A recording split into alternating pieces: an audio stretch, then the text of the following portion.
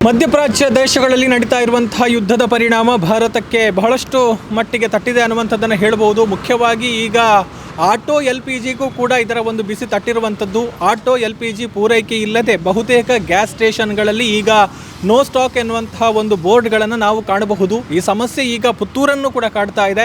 ಪುತ್ತೂರಿನಲ್ಲಿರುವಂತಹ ಪುತ್ತೂರು ನಗರ ಪ್ರದೇಶದಲ್ಲಿರುವಂತಹ ಸುಮಾರು 5 ಗ್ಯಾಸ್ ಸ್ಟೇಷನ್ಗಳು ಏನಿದೆ, ಆ 5 ಗ್ಯಾಸ್ ಸ್ಟೇಷನ್ಗಳಲ್ಲೂ ಕೂಡ ಈಗ ನೋ ಸ್ಟಾಕ್ ಎನ್ನುವಂಥ ಒಂದು ಬೋರ್ಡ್ ಇದೆ. ನೀವು ಗಮನಿಸಿದರೆ ಎಲ್ಲ ಒಂದು ಗ್ಯಾಸ್ ಸ್ಟೇಷನ್ಗಳಲ್ಲೂ ಕೂಡ ಇದೇ ರೀತಿಯ ಒಂದು ಪರಿಸ್ಥಿತಿಯನ್ನು ನೀವು ಕಾಣಬಹುದು. ಯಾವುದೇ ರೀತಿಯ ವಾಹನಗಳು ಒಳಕ್ಕೆ ಬಾರದ ಹಾಗೆ ಒಂದು ವ್ಯವಸ್ಥೆಯನ್ನು ಮಾಡಿ, ಅಂದರೆ ಸ್ಟಾಕ್ ಇಲ್ಲದ ಹಿನ್ನೆಲೆಯಲ್ಲಿ ವಾಹನ ಚಾಲಕರು ಬಂದು ವಾಪಸ್ ಹೋಗೋದು ಬೇಡ ಎನ್ನುವಂಥ ಹಿನ್ನೆಲೆಯಲ್ಲಿ ಈ ರೀತಿಯ ನೋ ಸ್ಟಾಕ್ ಎನ್ನುವಂಥ ಒಂದು ಬೋರ್ಡ್ಗಳನ್ನು ಹಾಕಿ ವ್ಯವಸ್ಥೆಯನ್ನು ಮಾಡಿರುವಂಥದ್ದು. ಇದು ಪುತ್ತೂರಿನ 5 ಗ್ಯಾಸ್ ಸ್ಟೇಷನ್ಗಳಲ್ಲಿ ಇರುವಂತಹ ಕಂಡು ಬರ್ತಾ ಇರುವಂತಹ ವ್ಯವಸ್ಥೆ.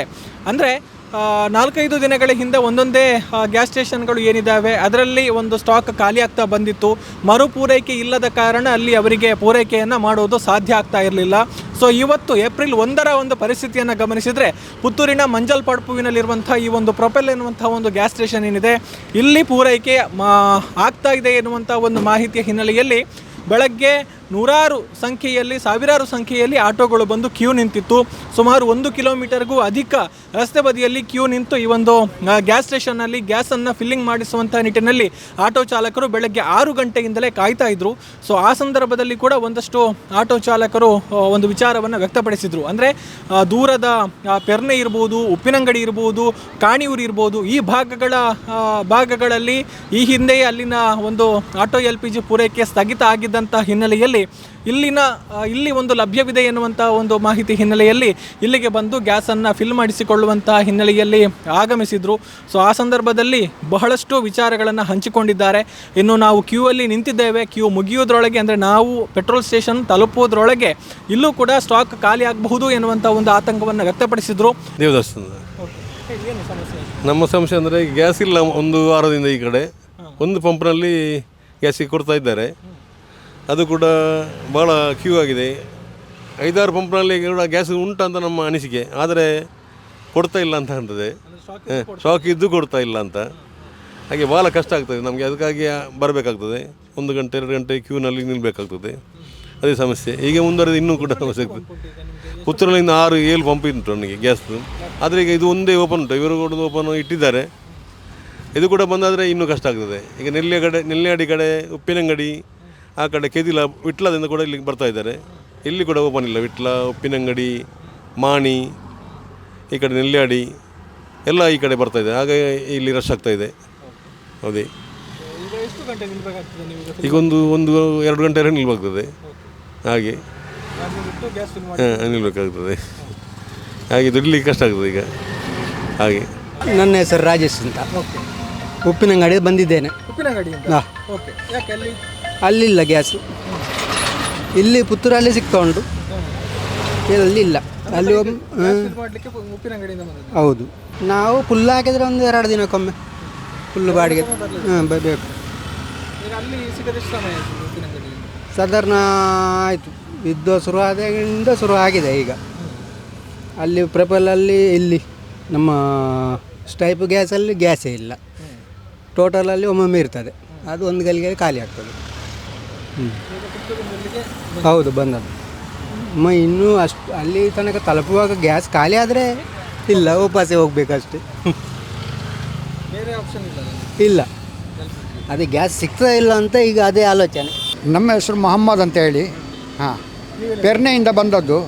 ಇಲ್ಲಿ ಏನೂ ಇಲ್ಲ, ಗ್ಯಾಸ್ ಇಲ್ಲಿ ಇಲ್ಲ. ಇಲ್ಲಿ ಮಾತ್ರ ಬೆಳಿಗ್ಗೆ ಬಂದು ಕಾಯ್ತೇನೆ, ಇಷ್ಟರವರೆಗೆ ಆಗಲಿಲ್ಲ ಬಿಸಿಲಿನಲ್ಲಿ. ಬೆಳಿಗ್ಗೆ 6 ಗಂಟೆಗೆ ಬಂದಿದ್ದೇನೆ ನಾನು. 6 ಗಂಟೆಗೆ ಬಂದಿದ್ದೇನೆ. ಈಗ ಇಲ್ಲ, ಲೈನ್ನಲ್ಲೇ ಇದ್ದೇನೆ ನಾನು. ಹೌದು ಹೌದು ಹೌದು. ಬೇರೆ ಏನಿಲ್ಲ, ಇಲ್ಲ ಇಲ್ಲಿಲ್ಲ. ಆ ಉಪ್ಪಿನಂಗಡಿಯಲ್ಲಿ ಇಲ್ಲ. ಹೌದು ಹೌದು ಹೌದು ಹೌದು ಹೌದು ಹೌದು. ಪವನ್ ಕುಮಾರ್ ಅಂತ. ಸ್ವಲ್ಪ ಆಗಿಂದ ಇಲ್ಲಿ ಪುತ್ತೂರಲ್ಲಿ ಬಾಡಿಗೆ ಮಾಡೋದು. ಬೆಳಗ್ಗೆಯಿಂದ ಕಾದು ಸುಸ್ತಾಯಿತು ನಮಗೆ. ಬಾಡಿಗೆನೂ ಇಲ್ಲ ನಮಗೆ. ಆವತ್ತೆಲ್ಲ ಇಲ್ಲಿ ಬಂದು ನಾವು ಸ್ವಲ್ಪ ವೆಯ್ಟ್ ಮಾಡುವಂಥ ಇದು ಬಂದಿವಿ. ತುಂಬ ಕಷ್ಟ. ಒಂದೇ ಪಂಪ್ ಇರೋದು ಇಲ್ಲಿ ಕೂಡ. ಎಲ್ಲ ದೂರ ಕಾಣಿಯೂರು ಮತ್ತು ಈಚೆಯಿಂದೆಲ್ಲ ಉಪ್ಪಿನಂಗಡಿಯಿಂದಲೇ ಬರ್ತಾಯಿದ್ದಾರೆ. ಹಾಗೆ ಆದಷ್ಟು ಬೇಗ ಇದನ್ನು ಗ್ಯಾಸು ಇದು ಮಾಡುವಾಗ ಸರಿ ಆಗಬೇಕು ಅಂತ ಹೇಳೋದು. ಆಶಿಕ್. ನಾವು ರಿಕ್ಷಾದಲ್ಲಿ ಸಾಧಾರಣ 10-15 ವರ್ಷ ಆಯಿತು. ಇಷ್ಟರ ತನಕ ಈಗ ಆಗಲಿಲ್ಲ. ಈಗ ಗ್ಯಾಸಿನ ಸಮಸ್ಯೆಯಿಂದ ಭಾರಿ ಕಂಗಾಲಾಗಿದೆ. ನಾವು ಒಂದು 4-5 ಪಂಪಿಗೆ ಹೋಗಿ ಬಂದೆ, ಎಲ್ಲ ಬಂದಾಗಿದೆ. ನಾನು ಇಲ್ಲೇ ದುಡಿಯೋನು, ಪುತ್ತೂರಲ್ಲೇ ದುಡಿಯೋನು. ಈಗ ರೇಟು ಜಾಸ್ತಿ ಮಾಡ್ತಾ ಇದ್ದಾರೆ, ದಿನಕ್ಕಿಂತ ದಿನ ಜಾಸ್ತಿ ಆಗ್ತಾ ಉಂಟು. 62 ಇತ್ತು, ಮತ್ತು 80-30 ಈಗ 92.7 ಅಷ್ಟು ರೇಟ್ ಆಯಿತು. ಅಲ್ಲಿ ಮತ್ತು ಗ್ಯಾಸಲ್ಲಿ 100 ರೂಪಾಯಿ ಮಾಡಿದ್ದಾರೆ. ಅಲ್ಲಿ ಗ್ಯಾಸ್ ಇಲ್ಲ. ಹಾಗೆ ತುಂಬ ಕಂಗಾಲಾಗಿದೆ. ನಮಗೆ ಇದರಲ್ಲಿ ದುಡಿದಾಗಬೇಕು. ಗೌರ್ಮೆಂಟ್ ಯಾವುದು ನೋಡ್ತಾ ಇಲ್ಲ. ನಿಸಾರ್ ಅಂತ ಇಲ್ಲೇ ಪುತ್ತೂರಲ್ಲಿರೋದು. ಗ್ಯಾಸ್ ಇದು ತುಂಬ ಸಮಸ್ಯೆ ಇಲ್ಲ. ಈಗ 4-5 ಪಂಪ್ ಇದ್ದದು ಈಗ ಒಂದರಲ್ಲೇ ಇರೋದು, ಅದೀಗ ಮಧ್ಯಾಹ್ನ ತನಕ ಅಂತ ಹೇಳ್ತಾ ಇದ್ದಾರೆ. ಇನ್ನು ನೋಡಬೇಕಷ್ಟೇ. ನಾಳೆಯಿಂದ ಇಲ್ಲ ಅಂತ ಹೇಳ್ತಾ ಇದ್ದಾರೆ. 1-2 ದಿನ ಇಲ್ಲ. ಇಲ್ಲಿ ಪ್ರೊಫೈಲಲ್ಲಿ ಕೂಡ ಇಲ್ಲ ಅಂತ ಹೇಳ್ತಾ ಇದ್ದಾರೆ. ಅಲ್ಲಿ 10 ದಿವಸ ಇಲ್ಲ ಅಂತ ಹೇಳ್ತಾ ಇದ್ದಾರೆ. ಮತ್ತು ಆ ಗ್ಯಾಸ್ ಇದು ಇಲ್ಲ. ನಿನ್ನೆ ಬೆಳಿಗ್ಗೆ ಹೋಗಿಲ್ಲ ಅಂತ ಹೇಳಿದರು. ಮತ್ತು ಈಗ ನೋಡಬೇಕು ಎಂತ ಅಂತ ಬಂದಿದೆ ಗೊತ್ತಿಲ್ಲ. ಅಂತೂ ಇಂತೂ ಕಷ್ಟ ಉಂಟು ತುಂಬ. ಆಟೋದವರಿಗೆ, ದುಡಿಯೋರಿಗೆ ಭಾರಿ ಕಷ್ಟ ಉಂಟು. ಬೇರೆ ಆಪ್ಷನ್ ಏನಿಲ್ಲ. ಅದರಲ್ಲಿ ಪೆಟ್ರೋಲ್ ಟ್ಯಾಂಕ್ ಇರೋದು 2 ಲೀಟ್ರು. ಪೆಟ್ರೋಲ್ಗೆ ರೇಟು ಕೂಡ ಏನು ಗೊತ್ತು. ಅದರಲ್ಲಿ ಮೈಲೇಜ್ ಕೂಡ ಸಿಗಲಿಕ್ಕಿಲ್ಲ. ಒಂದು 10, 15, 20 ಸಿಗ್ಬೋದು ಅಷ್ಟೇ.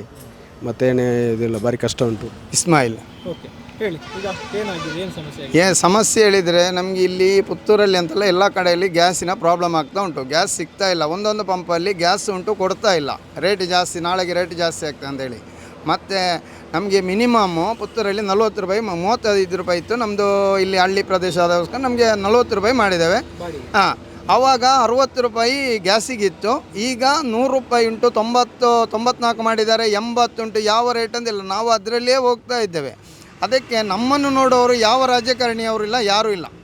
ಆಟೋದವರಿಗೆ, ಬಸ್ಸಿನವರಿಗೆ ಫ್ರೀ ಉಂಟು. ಎಲ್ಲ ಬಸ್ಸಲ್ಲಿ ಹೋಗೋರಿಗೆ ಫ್ರೀ ಕೊಡ್ತಾ ಇದ್ದಾರೆ. ಇದೆಲ್ಲ ಉಂಟು. ನಮಗೆ ಈ ಫ್ರೀಯಿಂದಾಗಿ ನಮಗೆ ತುಂಬ ಪ್ರಾಬ್ಲಮ್ ಆಗ್ತಾ ಉಂಟು. ಹೇಳಿದರೆ ಜನಗಳು ಬರ್ತಾ ಇಲ್ಲ. ಬಂದರೆ ನಮಗೆ ಅವರಿಂದ 1 ರೂಪಾಯಿ ಜಾಸ್ತಿ ತಗೊಳ್ಳಿಕ್ಕೆ ಆಗ್ತಾಯಿಲ್ಲ.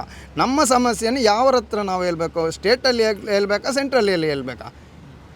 ಹೇಳಿದರೆ ನಮಗೆ ಒಂದನೇದು ಆಟೋದವ್ರಿಗೆ ಇಷ್ಟೆಲ್ಲ ಪ್ರಾಬ್ಲಮ್ ಆಗ್ತಾ ಉಂಟು. ಒಂದೇ ಒಂದು ರಾಜಕಾರಣಿಯವರು MLA ಆಗಲಿ MP ಆಗಲಿ ಯಾರು ಸಹ ಮಾತಾಡ್ತಾ ಇಲ್ಲ. ಯಾಕೆಂದೇಳಿದರೆ ಆಟೋದವರು ಬಡವರು, ಕೇಳೋರಿಲ್ಲ. ಕೊಟ್ಟು ಬಂದಿದ್ದೇವೆ. RTOಗೆ ಕೊಟ್ಟಿದ್ದೇವೆ, DC ಗೆ ಕೊಟ್ಟಿದ್ದೇವೆ, AC ಅವರಿಗೆ ಕೊಟ್ಟಿದ್ದೇವೆ. 2 ಯೂನಿಯನ್ನವರು ಹೋಗಿ ಕೊಟ್ಟು ಬಂದಿದ್ದೇವೆ. ಇನ್ನು ಅವರು ಏನು ಮಾಡ್ತಾರೆ ನೋಡಬೇಕಷ್ಟೇ. ನಮ್ಮದು ಹೇಳಿದರೆ 40 ರೂಪಾಯಿ ಇದ್ದದ್ದು 50 ಮಾಡಿ ಅಂತ ಅಷ್ಟೇ. ಹೇಳಿದರೆ 1 ಲೀಟ್ರಿಗೆ ಗ್ಯಾಸಿಗೆ 30 ರೂಪಾಯಿ ಜಾಸ್ತಿ ತಗೊಳ್ತಾರೆ. ಈ 30 ರೂಪಾಯಲ್ಲಿ ನಮಗೆ ಒಂದು ದಿವಸಕ್ಕೆ 5 ಲೀಟ್ರ್ ಗ್ಯಾಸ್ ಹೋಗ್ತದೆ. ಹೋಗುವಾಗ 30 ರೂಪಾಯಿ ಆಗಿ ನಮಗೆ 200 ರೂಪಾಯಿ ಒಂದು ದಿವಸಕ್ಕೆ ಜಾಸ್ತಿ ಹೋಗ್ತದೆ. ಹೊರೆ ಆಗ್ತದೆ 200 ರೂಪಾಯಿ. ಅದು ನಮಗೆ ಗಾಡಿದ್ದು ಕಂತು 200 ರೂಪಾಯಿ ಹೋಗ್ತದೆ ಒಂದು ದಿವಸಕ್ಕೆ. ಅದು ನಮಗೆ ಈಗ ಕೈಯಿಂದ ಹೋಗ್ತಾ ಉಂಟು ದುಡ್ಡು. ಅದರಲ್ಲಿ ಅದು ಎಷ್ಟು 1,000 ರೂಪಾಯಿ ಒಬ್ಬ ದುಡಿದ್ರೂ ಅವನಿಗೆ 200-300 ರೂಪಾಯಿ ಗ್ಯಾಸಿಗೆ ಹೋಗ್ತದೆ. 200 ರೂಪಾಯಿ ಅವನ ಖರ್ಚಿಗೆ ಹೋಗ್ತದೆ. 500 ಆಯಿತಾ, ಮತ್ತೆ ಎಷ್ಟು 500 ರೂಪಾಯಿ ಉಳಿತದೆ. 500 ರೂಪಾಯಲ್ಲಿ 200 ರೂಪಾಯಿ ಆಟೋದು ಕಂತು ಹೋಗುತ್ತೆ. ಮತ್ತೆಷ್ಟು 300 ರೂಪಾಯಿ ಉಳಿತದೆ. ಈ 300 ರೂಪಾಯಲ್ಲಿ ಈಗ ಅದು ಸಹ ಇಲ್ಲ ನಮಗೆ. ನಾವು ಗಾಡಿ ಓಡಿಸಬೇಕಾ, ನಿಲ್ಲಿಸಬೇಕಾ? ಅದೇ ನಾವೀಗ ಎಲ್ಲರಿಗೆ ಮನವಿ ಮಾಡ್ತಾ ಇರೋದು ಅಷ್ಟೇ. ಹೇಳಿದರೆ ನಮ್ಮ ಆಟೋ ಚಾಲಕರಿಗೆ ಒಂದು ಸ್ಪಂದನೆ ಕೊಡಿ. ಅದೇ ರೀತಿ ಮಧ್ಯಾಹ್ನ 2:30 ಸುಮಾರಿಗೆ ಇಲ್ಲೂ ಕೂಡ ಗ್ಯಾಸ್ ಪೂರೈಕೆ ಸ್ಥಗಿತಗೊಂಡಿದೆ. ಅಂದರೆ ಸ್ಟಾಕ್ ಖಾಲಿಯಾದ ಕಾರಣ ಇಲ್ಲಿ LPG ವಿತರಣೆ ಮಾಡುವಂಥದ್ದನ್ನು ಸ್ಥಗಿತ ಮಾಡಲಾಗಿದೆ. ಪುತ್ತೂರಿನಲ್ಲಿ ಇರುವಂತಹ ಟೋಟಲ್ ಗ್ಯಾಸ್ ಆಗಿರ್ಬೋದು, ಗ್ಯಾಸ್ ಆಗಿರ್ಬೋದು, ಅದೇ ರೀತಿ ಜೀಲು ಆಟೋ ಗ್ಯಾಸ್ ಆಗಿರ್ಬೋದು, ಎಲ್ಲ ಒಂದು ಗ್ಯಾಸ್ ಸ್ಟೇಷನ್ಗಳು ಕೂಡ ಈಗ ಸ್ಟಾಕ್ ಇಲ್ಲದೆ ನೋ ಸ್ಟಾಕ್ ಎನ್ನುವಂಥ ಒಂದು ಬೋರ್ಡನ್ನು ಹೊಂದಿಕೊಂಡಿದೆ. ಸೊ ಈ ಮೂಲಕ ಈಗ ಮುಂದಕ್ಕೆ ಯಾವಾಗ LPG ಸಿಗುತ್ತೆ ಅನ್ನುವಂಥ ಒಂದು ಪ್ರಶ್ನೆಯಾಗಿಯೇ ಸದ್ಯಕ್ಕೆ ಉಳಿದುಕೊಂಡಿದೆ. ಗ್ಯಾಸ್ ಪೂರೈಕೆ ಇಲ್ಲದ ಹಿನ್ನೆಲೆಯಲ್ಲಿ ಆಟೋ ಚಾಲಕರು ಬಹಳಷ್ಟು ಸಂಕಷ್ಟಕ್ಕೆ ಈಡಾಗಿದ್ದಾರೆ. ಯಾಕೆ ಅಂತ ಹೇಳಿದರೆ ಪುತ್ತೂರು ನಗರ ಭಾಗದಲ್ಲಿ ಸರಿಸುಮಾರು 2,000-2,500 ಸಾವಿರ ಆಟೋಗಳು ಓಡಾಟವನ್ನು ಮಾಡ್ತಾ ಇದೆ. ಪುತ್ತೂರು ತಾಲೂಕಿನ ಒಂದು ವ್ಯಾಪ್ತಿಯನ್ನು ಪರಿಗಣಿಸಿದರೆ ಸರಿಸುಮಾರು 6,000ದಷ್ಟು ಆಟೋಗಳಿದೆ ಎನ್ನುವಂಥ ಒಂದು ಮಾಹಿತಿ ಇರುವಂಥದ್ದು. ಸೊ ಆ 6,000 ಆಟೋಗಳ ಪೈಕಿ ಸರಿಸುಮಾರು 80% ಆಟೋಗಳು ಅವಲಂಬಿಸಿರುವಂಥದ್ದು LPGಯನ್ನು.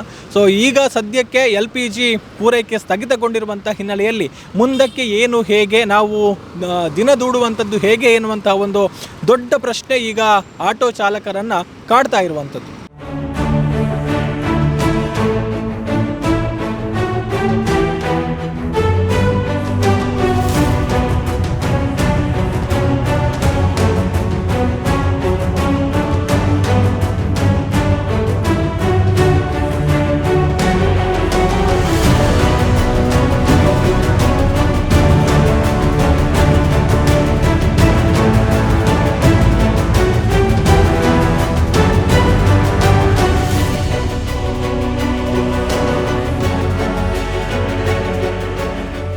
ಗ್ಯಾಸ್ ಪೂರೈಕೆ ಇಲ್ಲದ ಹಿನ್ನೆಲೆಯಲ್ಲಿ ಆಟೋ ಚಾಲಕರು ಬಹಳಷ್ಟು ಸಂಕಷ್ಟಕ್ಕೆ ಈಡಾಗಿದ್ದಾರೆ. ಯಾಕೆ ಅಂತ ಹೇಳಿದರೆ, ಪುತ್ತೂರು ನಗರ ಭಾಗದಲ್ಲಿ ಸರಿಸುಮಾರು 2,000-2,500 ಆಟೋಗಳು ಓಡಾಟವನ್ನು ಮಾಡ್ತಾ ಇದೆ.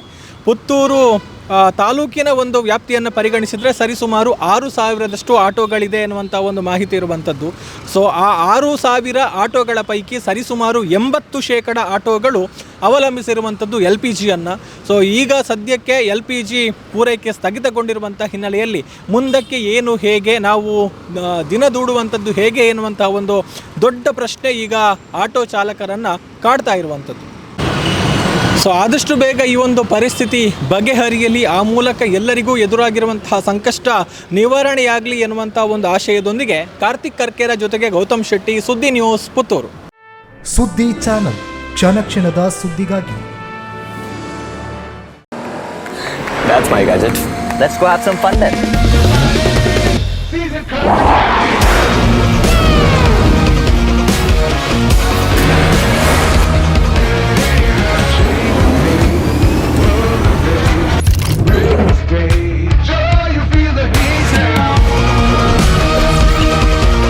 Introducing the hot and techy Brezza SCNG.